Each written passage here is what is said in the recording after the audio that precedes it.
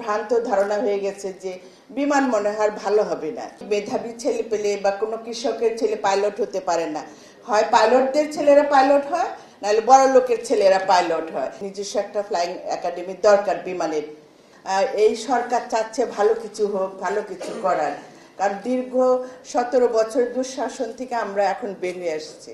আপনারা জানেন মাননীয় প্রধানমন্ত্রী চাচ্ছেন প্রত্যেকটা যেন সেক্টরটা যেন একটা ভালো অবস্থানে আসে, আমরা যেন ভালো জায়গায় যেতে পারি।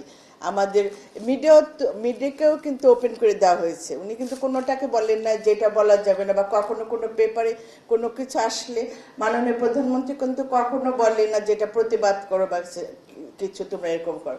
ঠিক আছে, তোমরা দেখো, যদি যেটা আসছে সেটা তোমরা সংশোধন করার চেষ্টা করো। ওনার ভিতরে যে সহনশীলতা সেটা আপনারাও দেখেছেন। আমি চাই যে আপনারা সবাই মিলে আমাদের পাশে এসে দাঁড়ান, আমরা যেন এই বাংলাদেশটাকে একটা ভালো জায়গায় নিতে পারি।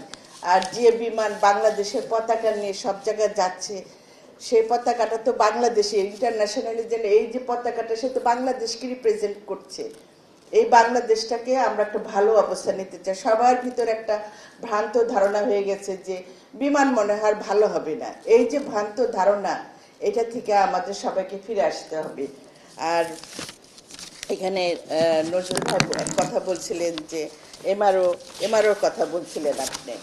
আমরা কিন্তু অলরেডি আসছে, আমরা বোয়িংয়ের সাথে কথা বলেছি, আমরা এয়ারবাসের সাথে কথা হয়েছে, আমাদের সিঙ্গাপুরের সাথে কথা হচ্ছে।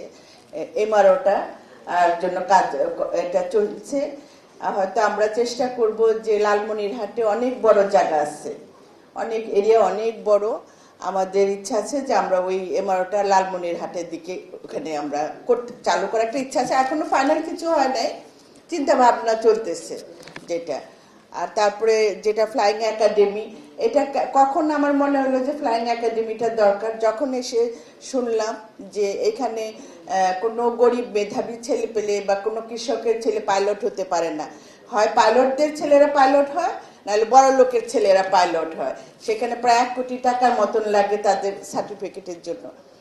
এই কথাটা শোনার পরে তখন চিন্তা করলাম যে না, আমাদের নিজস্ব একটা ফ্লাইং একাডেমির দরকার বিমানের।